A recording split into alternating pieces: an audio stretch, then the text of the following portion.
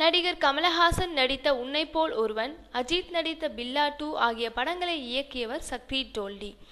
ஆனால் பிரம்மாண்ட பட்ஜெட்டில் இவர் இயக்கிய இந்த 2 படங்களுமே தோல்வியடைந்தன. அதனால் பின்னர் இவருக்கு எந்த முன்னணி நடிகர்களும் கால்ஷீட் கொடுக்கவில்லையாம்.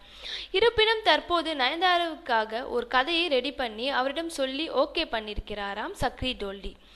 சமீப காலமாக மாயா, டோரா என த்ரில்லர் கதைகளிலே நடித்துள்ள நயன்தாராவிடம் விஜயசாந்தி பாணியில் ஒரு ஆக்ஷன் ஹீரோயினி கதையை சொல்ல அப்படத்தில் நடிக்க ஒப்புதல் கொடுத்து விட்டாராம் நயன்தாரா.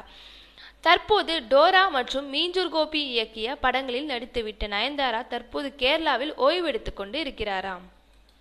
அது மட்டும் இல்லாமல் விரைவில் சிவகார்த்திகேயனுடனும் நடிக்க உள்ளாராம். அந்த படத்தை அடுத்து சக்தி டோல்டி படத்தில் ஆக்ஷன் ஹீரோயினாக களம் இறங்குவார் என்று கூறப்படுகிறது. இது போன்ற மேலும் பல சினிமா செய்திகளை தெரிந்து கொள்ள தினேஷ் சினிமாவை சப்ஸ்கிரைப் செய்யவும். உடனுக்குடன் தெரிந்து கொள்ள பெல் பட்டனை பிரஸ் செய்யவும் மற்றும் லைக் செய்யவும்.